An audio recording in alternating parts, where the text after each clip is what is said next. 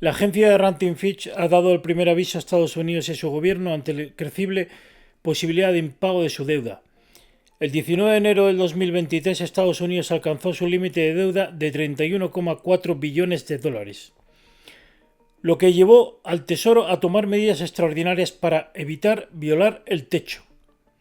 El Tesoro ha declarado que estas medidas extraordinarias podían agotarse tan pronto como el 1 de junio del 2023. Yellen recalcó que si no llega a un acuerdo habrá algunas facturas que no podrán pagarse, pero no precisó a qué sectores afectaría, porque apuntó que están centrados de momento en cómo elevar ese límite, que era ahora de 31,4 billones de dólares. Y se alcanzó en enero. El gobierno está recurriendo a dinero en sus reservas para pagar la deuda que ha contraído. Pero el Departamento del Tesoro estima que esas reservas se agotarán el 1 de junio del 2023 presente. Un plazo que, según reiteró, no ha variado. Estados Unidos nunca ha incurrido en un impago de deuda nacional, pero cada cierto tiempo se asoma esa posibilidad y hay algunas excepciones. En otras palabras, el rendimiento de los bonos de alto rendimiento sería inferior al de los bonos con grado de inversión. La deuda pública repuntaría y el dólar estadounidense se debilitaría, especialmente frente a divisas defensivas como son el yen japonés.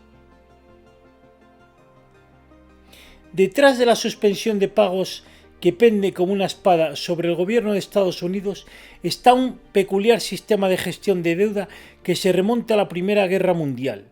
Entonces, en medio de un gasto disparado por la intervención en el conflicto que asoló Europa, se fijó que el Congreso marcaría dicho límite de endeudamiento máximo que puede contraer el gobierno federal. En caso de necesitar aumentarlo, solo tenía que pedirse. Así se ha hecho con éxito una y otra vez, según el Departamento del Tesoro estadounidense. Desde el año 1960, el techo de deuda se ha elevado, modificado o temporalmente extendido en un total de 78 ocasiones. Pero Estados Unidos ya ha dejado de pagar deuda en otras ocasiones, como dijimos en excepción. El ejemplo más reciente de suspensión técnica de pago se produjo en 1979, debido en parte al abuso partidista del techo de la deuda. Los mercados no deben suponer automáticamente que los conflictos sobre el techo de deuda se resuelvan inevitablemente en un abrir y cerrar de ojos. Y en 2011 Estados Unidos estuvo durante 2 días en un impago. La crisis de techo de deuda parecen más peligrosas cuando un presidente demócrata se enfrenta a un Congreso dividido como el actual. El episodio actual es similar, por eso, al de 2011. Cuando el presidente Barack Obama se enfrentó a una Cámara republicana que estipulaba reducciones del gasto. Las medidas extraordinarias se agotaron y el impago de la deuda se produjo 2 días antes de elevar dicho techo. Algunos economistas explican que el caso de que se incumpliera la fecha límite, una situación poco probable pero posible, el gobierno se veía obligado a recortar significativamente sus gastos. Una situación poco probable, pero posible. El gobierno se vería obligado a recortar significativamente sus gastos, posiblemente recortando o poniendo fin al pago de las pensiones y prestaciones, lo que afectaría a los ingresos de muchos norteamericanos.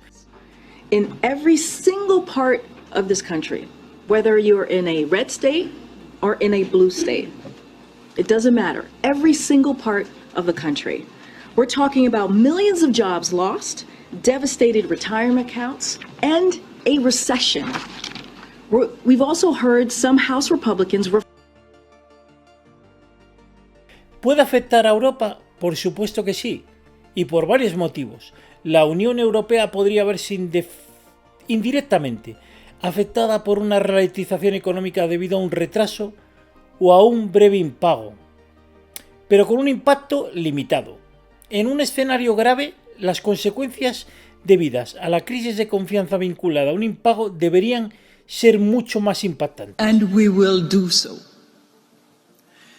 But as I recently said, faced with shifting geopolitics, digital transformations, and the threat of a changing climate, there will be more challenges ahead which the ECB will need to address. We must continue to provide stability in a world that is anything but stable. And we are also counting on other policymakers to do their part. A monetary union is not an endpoint. It is a constant process of y podrían acelerar el llamado timing o empeorar la fuerza de una desaceleración o recesión grave. El impago de la deuda de Estados Unidos provocaría graves perturbaciones para el dólar, dado que más de la mitad de las reservas mundiales de divisas se mantienen en dólares. Esto tendría un grave impacto adverso a nivel mundial, empobreciendo a países que sufren con el dólar. Hemos visto cómo Estados Unidos después de la pandemia subió la inflación y el endeudamiento por la gran inyección de dinero excesivo, brutal por la parte de la Reserva Federal. Una vez rescatando una vez más a los deudores que teniendo los bancos como acreedores, como activos, un sistema completamente manejado por los bancos, que apretan la oferta para que dichos deudores puedan pagar y devolvérsela a ellos mismos. Luego traspasando con dicha poca oferta que otros jóvenes se endeuden una y otra vez. Un sistema donde el precio de la vivienda se ha convertido en el gran activo de los bancos. Un sistema solamente para la vivienda, como inversión. En un problema para las futuras generaciones que probablemente les deje sin opción de compra, a menos que los bancos saneen mucho más rápido de lo esperado.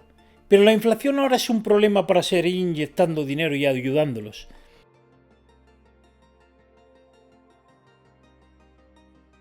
Reducir la inflación requiere un mantenimiento del trabajo continuo. Mientras bajamos las tasas de interés, esto va a traer abajo la inflación. Esto es uno de los costos de traer la inflación hacia abajo. Pero si fallamos en bajar los precios, van a sufrir mucho más. Estamos estimando que no estamos en un sitio neutral, no podemos pausar nuestras acciones en este momento.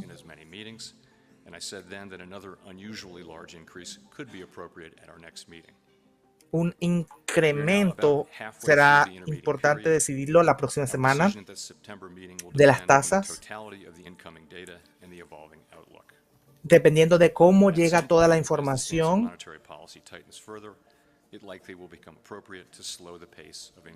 Es muy probable que sea apropiado para detener el ritmo de la crisis. Restaurar la estabilidad va a requerir de políticas particulares y se recomienda que no se hagan movimientos tan precipitados. Los bancos centrales pueden y deberían tomar responsabilidad por manejar una inflación estable y baja. Como lo dijo el antiguo presidente de la Reserva, el crédito es importante para bajar la inflación. Un desempleo que debe aumentar para bajar dicha inflación, por lo que los países del sur de Europa deberán traer más emigrantes entre sistemas en las democracias que podrán sufrir graves recortes si esto no se hace. Para mantener un sistema democrático que no altere a las grandes masas. Para seguir adelante con modelos muy apalancados desde la crisis del 2008 y así que Estados Unidos lleva décadas financiando su crecimiento económico con endeudamiento y a la larga es muy probable que lo pague con unas tasas de PIB cada vez más bajas, como hablan economistas como Santiago Niño Becerras a nivel mundial. Un crecimiento del PIB que sigue disminuyendo, donde la pandemia fue un cisne negro. Pero podemos asistir a otro cisne negro inesperado si la deuda no se paga o se amplía, digamos, el techo de deuda. A veces parece que unos se ponen de acuerdo a espaldas de la ciudadanía por el posible default de Estados Unidos. Pero ¿se puede indefinidamente ampliar la deuda? Hemos visto cómo Japón